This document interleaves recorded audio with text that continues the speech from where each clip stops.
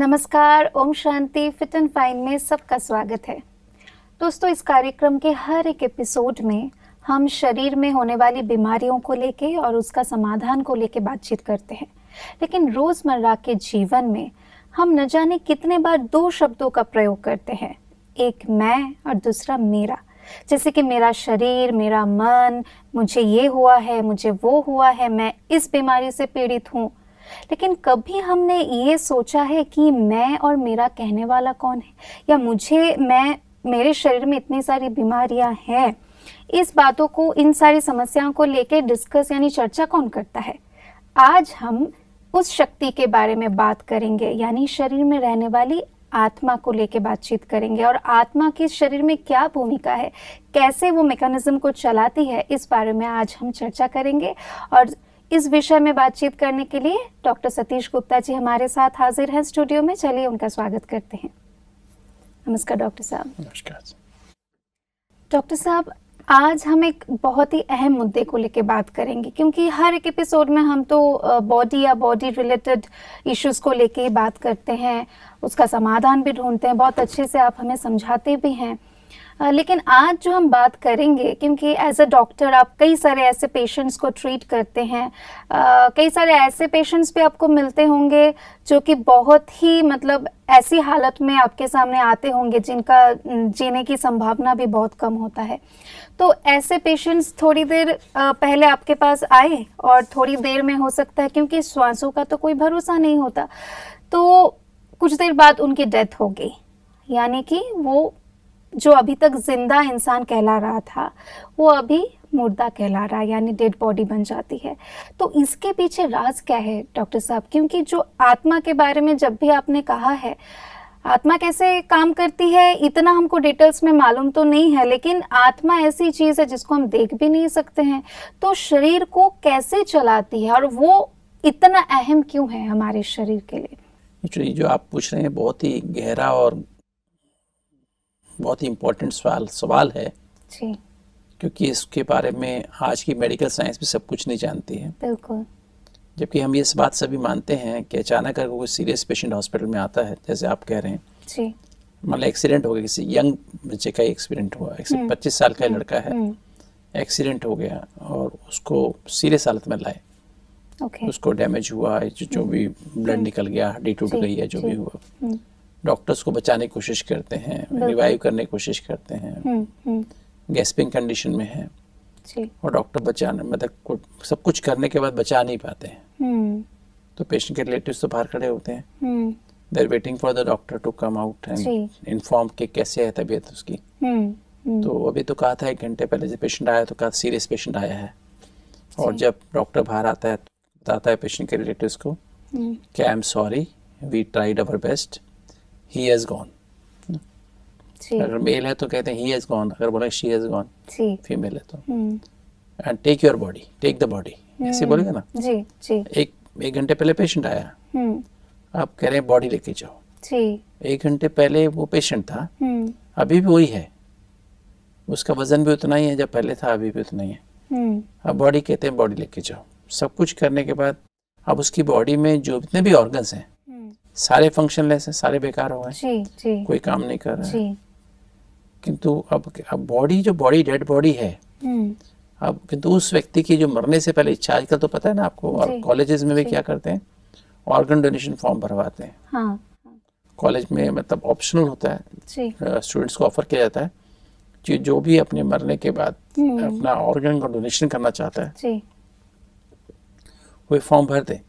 तो उस लड़के ने भी फॉर्म भरा होता है, तो और उसके एक कार्ड होता है ऑर्गन डोनेशन फॉर्म, उसकी जेब में रहता है। तो उसने, डॉक्टर देखते हैं तो उसको कहते हैं ठीक है, इसकी इच्छा थी, पेरेंट्स भी कहते हैं भले इस बच्चे की इच्छा थी कि अपने ऑर्गन दे दे। एक पेशेंट और है हॉस्पिटल में, सीरियस पेशेंट है, उसका हार्ट बहुत खराब हो गया है, यंग लड़का है वो भी, उसके हार्ट की पंपिंग, इंजेक्शन फ्रैक्शन 10% रह गई, उसको अर्जेंटली हार्ट ट्रांसप्लांटेशन की आवश्यकता है। ये डेड बॉडी में हार्ट काम नहीं कर रहा है, कोई भी ऑर्गन काम नहीं कर रहा है, बिल्कुल बेकार है। क्योंकि इसकी और इसकी टिश्यू मैचिंग हो जाए, उस लड़के की जिसको हार्ट की आवश्यकता है और इसकी डेड बॉडी की आवश्यकता है, जो टिश्यू मैचिंग कर लें और टिश्यू मैचिंग हो जाए तो ये हार्ट यहाँ से निकाल, डेड बॉडी में से हार्ट निकाल के आप ये हार्ट उस जो आदमी जिंदा है जिसको हार्ट की आवश्यकता वहां लगा सकते हैं, और ये हार्ट जो यहाँ काम नहीं कर रहा वहां काम करना शुरू कर देता है। तो इसका अर्थ क्या हुआ? इसका अर्थ ये है कि इसमें जो आत्मा जो लाइफ फोर्स है, लिविंग एनर्जी है, वो निकल गई है और इसलिए वो हार्ट चलना बंद हो गया है। ये हार्ट आपने यहाँ से निकाला जो कि नॉर्मली ठीक है, उसमें कोई इंजरी नहीं है, उसको हार्ट की बीमारी नहीं है, वो किंतु उसको जो ड्राइविंग फोर्स है वो निकल गई और हमने यहाँ से हार्ट को निकाला और उसका हार्ट जो ऑर्गन डिजीज है, हार्ट डिजीज, उसको निकाल के हमने ये हार्ट ट्रांसप्लांट कर दिया और इस हार्ट ने वहाँ काम करना शुरू कर दिया। What does it mean? इसका ये अर्थ है कि इसमें वो लाइफ फोर्स नहीं है, उसमें वो लाइफ फोर्स है, वो ड्राइविंग फोर्स है, या यूं कहीं ड्राइवर है जो उस हार्ट को चलाना शुरू कर देता है। अगर इसी तरह से हम उस पेशेंट के इसमें से, इस डेड बॉडी में से किडनी को निकाल लें, किडनी इसमें तो काम कर रही है, और जिसकी किडनी खराब हो वहां लगा दें उस किडनी निकाल के, तो वो किडनी काम करना शुरू कर देगी। लीवर को निकाल के लीवर लगा दे तो लीवर काम करना शुरू कर देगा। तो इससे अर्थ क्या महसूस होता है कि जो आत्मा है, जिसको हम आत्मा कह रहे हैं, लाइफ फोर्स कह रहे हैं, जीवनी शक्ति कह रहे हैं, वो हमारे पास कुछ ऐसी शक्ति होती है, ऐसी कोई एनर्जी होती है जो बॉडी को ड्राइव करती है, ऑर्गन्स को चलाती है। जब किसी की डेथ होती है तो वो लाइफ फोर्स निकल जाती है, और जिसके अंदर ये है लाइफ फोर्स, अगर वो ऑर्गन ट्रांसप्लांट कर दिया जाए तो वो उसको वापस चालू हो जाते हैं। अर्थात हमारे पास एक बॉडी के अलावा एक ऐसी लिविंग एनर्जी है, लिविंग फोर्स है, जिसको हम सो कॉल्ड आत्मा कहते हैं, सोल कहते हैं। और वो लिविंग फोर्स से ऐसी एनर्जी निकलती है जो बॉडी के एक सेल को जिंदा रखती है। तो आत्मा क्या डॉक्टर साहब इतनी शक्तिशाली होती है कि मतलब कहीं से भी टिश्यूज, जैसे कि आपने कहा कि मैच करता हुआ ऐसे कोई दूसरे डेड बॉडी से ऑर्गन को निकाल के फिर से उस बॉडी में फिट कर दिया जाए, सेट कर दिया जाए, तो भी आत्मा चला लेती है? मतलब बाहर से आई हुई चीजों को भी वो हैंडल कर लेती है नेचुरली। जिसको ड्राइविंग आती है तो अपनी गाड़ी खराब हो दूसरी गाड़ी में बिठा दो, वो चला लेगा। ओके, तो ऐसे ही वो ऑर्गन्स को चला सकती है ना। तो मतलब जो बीमारी भी क्या चीज है, जो आत्मा के पास एनर्जी है ना, वो आत्मा के पास एनर्जी है, उस एनर्जी, अगर वो एनर्जी कम जा रही है, हमारे हार्ट में एनर्जी वो कम जा रही है, जो एनर्जी एक स्पेसिफिक एनर्जी जो आत्मा से जानी चाहिए हार्ट में, वो कम जा रही है, वो कम जाएगी तो हार्ट बीमार हो जाएगा। लीवर में जो एनर्जी जानी चाहिए उसको नहीं मिल रही तो लीवर बीमार हो जाएगा। हमारी इंटेस्टाइन में जो एनर्जी जानी चाहिए आत्मा से, वो एनर्जी जा रही, स्पेसिफिक एनर्जी, वो हमारा आंतें खराब हो जाएंगी। अगर वो आंखों में कम जा रही तो आंखों में खराबी आ जाएगी, लंग्स में कम जा रही तो लंग्स में खराबी आ जाएगी, स्किन में कम जा रही तो स्किन में कम बीमारी आ जाएगी। अच्छा। तो मतलब वो जो आत्मा के पास जो लिविंग एनर्जी है, जिसको हम स्पिरिचुअल एनर्जी भी कहते हैं, क्योंकि स्पिरिट को भी कहते हैं ना आत्मा को, तो स्पिरिचुअल एनर्जी वो आत्मा को ड्राइव करती है। इंसान खाली आत्मा भी नहीं है, बॉडी भी है, और उस आत्मा और शरीर के बीच में इंटरफेस भी है कि एक आत्मा है, एक बॉडी है। तो ये नहीं कि आत्मा से डायरेक्ट बॉडी नहीं चलती है। अच्छा, राइट। तो बीच में माध्यम चाहिए ना, माध्यम मन है, माइंड है। Okay, right. तो आत्मा के पास जो एनर्जी है वो माइंड, मन के माध्यम से आत्मा शरीर को एनर्जी मिलती है। अच्छा, राइट। तो आत्मा के पास जो 7 स्पिरिचुअल एनर्जीज होती हैं, जो अपने राजयोग मेडिटेशन में सिखाया जाता है ना, आत्मा के पास 7 स्पिरिचुअल एनर्जीज हैं। अच्छा। और इस 7 वर्ड से ही सतो आया है। सतो, सतो प्रधान शब्द सुना होगा ना, सतो प्रधान, सतस रजस तमस। जी। तो सतो प्रधान, सतो प्रधान मीन्स, सतो में 7, प्रधान माना भरपूर। ओके। तो जब आत्मा 7 चैतन्य आत्मिक ऊर्जाओं से भरपूर है, तो आत्मा के पास 7 एनर्जी भरपूर है, तो शरीर को भी 7 एनर्जी मिलती है, फुल मिलती है। अच्छा, ओके। फिर शरीर कभी बीमार नहीं होता। ये सब तो सटल फॉर्म में ही रहता है, मतलब ये सारी जो शक्तियां हैं, जो हमने आत्मा के पास जो 7 एनर्जी वो सटल फॉर्म में है, पर उसको हम सभी जानते हैं, वो हमारी डेली भाषा में हम यूज करते हैं। वो 7 एनर्जी हमारी डेली, उसके बगैर हमारा जीवन ही नहीं है। राइट। हालांकि हम आत्मा को देख नहीं सकते हैं, स्पिरिचुअल एनर्जी है, पर उसको हम मैनिफेस्ट रूप में, हम आम भाषा में भी यूज करते हैं, उसके बगैर हमारा लाइफ ही नहीं है। हम इस जीवन में जो कुछ भी करते हैं उसी लिए करते हैं। ओके। अब वो 7 एनर्जी कौन सी है? कौन सी है? सबसे कॉमन बात तो आपको पता है, शांति तो आपको पता ही है जी। कहते भाई शांति चाहिए, प्यार चाहिए, एक एनर्जी शांति है ना, शांति सब कुछ वो आत्मा से निकल रही है जी। और एक एनर्जी प्यार है, प्यार भी एक एनर्जी है। भाई लोग प्यार के लिए कितना दीवाने होते, कितना भूख, कितना प्यास होती है कि प्यार की प्यास। तो प्यार चाहिए, खुशी चाहिए, आनंद चाहिए, है ना, चाहिए चाहिए। तो 4 एनर्जी तो ये हो गई। पर ये आती कहाँ से है? इसके लिए शांति, प्यार, खुशी, आनंद, पर पहले सत्य चाहिए, ट्रुथ चाहिए। अच्छा। इसका ओरिजिन ट्रुथ है, सत्य। ओके। सत्यम शिवम सुंदरम कहते हैं ना, सत्य में भी जयते कहते हैं, ट्रुथ है। तो सत्य की समझ जो है, जैसे आत्मा है ना, जैसे आपका हमारे कंप्यूटर होते हैं ना, कंप्यूटर होते हैं उसमें मेक होती है, मोबाइल पे एक मेक होती है कि कंप्यूटर में किसकी कितनी जीबी है, कितनी जीबी रैम है, कितनी इसकी मेमोरी पावर है, वो सब कुछ होता है ना कंप्यूटर में। तो इसी तरह से आत्मा के पास एक एनर्जी है, पहली एनर्जी जो है आत्मा की वो ट्रुथ है, सत्य है, या यूं कहें सत्य की समझ है, जिसे हम ज्ञान भी कहते हैं। ज्ञान का मतलब ये है अंडरस्टैंडिंग ऑफ द ट्रुथ, सत्य की समझ। सत्य किसे कहते हैं? सत्य की 2 विशेषताएं होती हैं। पहला, सत्य एटर्नल होता है, truth is eternal, beyond birth and death. सत्य जो सदा ही है, जन्म मरण से परे, शाश्वत है, सदा है। दूसरा, सत्य अनचेंजेबल है, अपरिवर्तनशील है। तो पहली समझ हमको जो ये होनी चाहिए, जो मैं आत्मा हूँ, जो मैं लिविंग एनर्जी हूँ, I am eternal, beyond birth and death. शरीर का जन्म और मरण होता है, आत्मा का जन्म और मरण नहीं होता है। आत्मा भी शाश्वत ही है, शाश्वत है, सदा ही है, सदा ही, जन्म मरण से परे है। एनर्जी है, एनर्जी का कभी भी क्षरण नहीं होता, एनर्जी कभी खत्म नहीं होती है। एनर्जी का जन्म होता है, हो सकती है, लेकिन खत्म या शुरुआत कैसे? मतलब एनर्जी कभी भी खत्म, जन्म और मरण नहीं होता है। जी जी। दूसरा जो स्पिरिचुअल एनर्जी है, और दूसरा एनर्जी चेंज भी नहीं होती है, अनचेंजेबल है जो स्पिरिचुअल एनर्जी है। दूसरी एनर्जी चेंज हो सकती है, physical energy, dynamic energy, static energy हो सकती है, इलेक्ट्रिकल एनर्जी में कन्वर्ट हो सकती है, दूसरी एनर्जी में कन्वर्ट हो सकती है, हीट एनर्जी में कन्वर्ट हो सकती है, फिजिकल एनर्जी कन्वर्ट हो सकती है, बस स्पिरिचुअल एनर्जी कन्वर्ट नहीं होती है। स्पिरिचुअल एनर्जी के नियम है। तो स्पिरिचुअल एनर्जी जो है, इसकी समझ होनी चाहिए। इसको मैं यूजुअली नॉर्मल भाषा में APCD कह देता हूँ। A फॉर आत्मा, चार समझ होनी चाहिए। वो यहाँ से नॉलेज इनबिल्ट है अपने अंदर।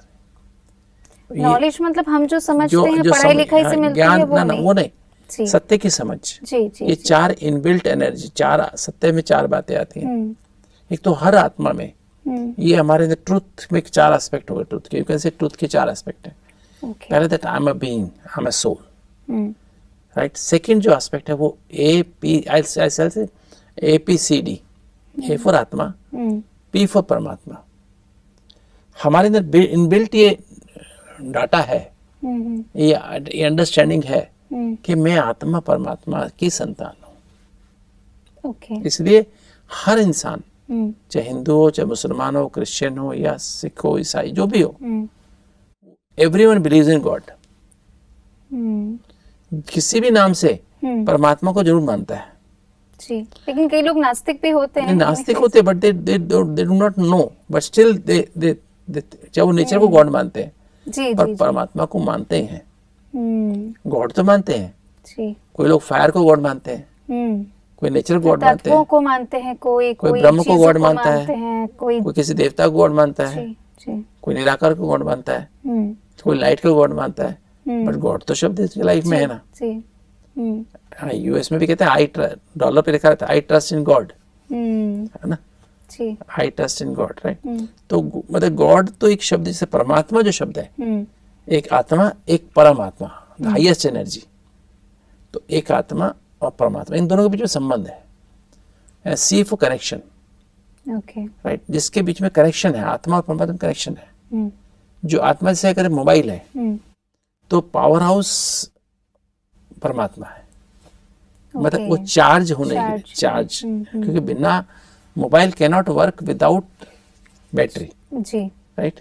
तो बैटरी में भी चार्ज होना चाहिए तभी काम करेगा, अदरवाइज मोबाइल यूजलेस है जी। अगर इसकी बैटरी खत्म हो जाए या बैटरी निकाल ली जाए तो मोबाइल इज यूजलेस। बैटरी होते हुए भी चार्ज नहीं है तो भी बेकार मृत प्राय है ना, इसको चार्ज करने की आवश्यकता है। तो ऐसे ही आत्मा है, पर आत्मा में जो 7 एनर्जी है उस इनेट एनर्जी है, पर वो यूज होने वाली, खत्म होने वाली है। जैसे मैं इस मोबाइल को मैं सुबह चार्ज करता हूँ, 7 दिन यूज करता हूँ, खत्म हो गई बैटरी, डिस्चार्ज हो गया, नाउ इट इज, इसका अगर 0 बैटरी हो गई इट इज यूजलेस।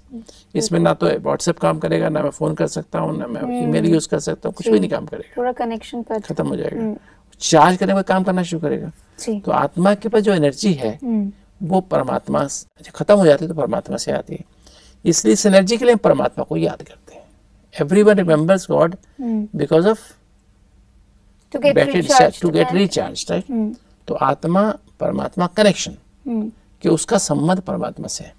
और ड्रामा, कर्मा साइकिल जो है, कर्मा फिलोसफी का जो नियम है कि उसमें एक ड्रामा हर आत्मा का जो भी हम कर्म करते हैं वो रिकॉर्ड होता है, और वो रिकॉर्ड होने के बाद उसका रिजल्ट जैसे बीज के रूप में रिकॉर्ड होता है, उसका फल मिलता है, राइट। तो आत्मा ये जो APCD, तो अभी तक जो भी हमारे शरीर में या मन में जो भी कुछ चल रहा है वो हमारे किए कर्मों का फल है।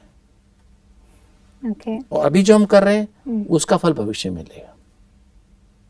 अभी तक जो किया उसका फल हमें कर्म, ये तो लॉ ऑफ कर्मा हो, लॉ ऑफ कर्मा। तो इसी को ड्रामा कहते हैं। अच्छा, राइट। ड्रामा में क्योंकि मेरे साथ मैंने आपसे कुछ गलत किया है पिछले जन्म में या इस जन्म में, तो आप मुझे वापस देने वाले हैं। Okay, it is not possible कि मैं आपको आप मुझे वापस नहीं देंगे। अगर आपने मेरे साथ कुछ गलत किया है तो मैं आपको वापस देने वाला दूंगी भी, जो आपने जैसा जिस रूप में किया उसी रूप में उसको ब्याज के साथ विद इंटरेस्ट। खराब दिया है कुछ तो हम भी विद इंटरेस्ट। अच्छा, कर्म की गति ये गति है। मैं कुछ अच्छा देने वाली नहीं हूँ। अगर मुझे आपसे कुछ, अगर मैंने कुछ गलत किया है आपके साथ तो मुझे वापस गलत आपको मिलने वाला है। अगर आपने कुछ गलत किया आपको गलत मिलने वाला है। जैसा बीज बोते हैं वैसा फल मिलता ही है। तो ये हमें ये सत्य की समझ है, ये ज्ञान है, इसको ज्ञान कहते हैं। इसी ज्ञान के आधार पे पवित्रता की एनर्जी बनती है, प्योरिटी। तो उससे क्या हमारे पवित्रता हमारे आत्माओं को आपस में पवित्रता का संबंध बनता है। लेकिन डॉक्टर साहब, अगर हमारे अंदर ये ज्ञान है तो फिर हम भूल कैसे जाते हैं? और हम यही तो मैंने बैटरी डिस्चार्ज हो गई ना। जब परमात्मा से डिस्कनेक्ट हो जाते तो बैटरी डिस्चार्ज हो जाती है। मेरे पास चार्जर नहीं है, मेरे पास पावर हाउस भी नहीं है। मैं पावर हाउस कमरे में है पर मुझे पता नहीं कहाँ है, तो मैं चार्ज नहीं किया, बैटरी सालों से चार्ज नहीं पड़ी है, तो मेरे अंदर वो आत्मा का नॉलेज भी निकल गया है, परमात्मा नॉलेज भी निकल गया है, मेरी बैटरी डिस्चार्ज हो रही है। मैं ड्रामा साइकिल कर्म फिलॉसफी भूल गया हूँ। अब मैं क्या समझता हूँ, आप मेरे को ऐसे क्यों कर रहे हो? आप कहते हो आप मेरे को ऐसे क्यों कर रहे हो?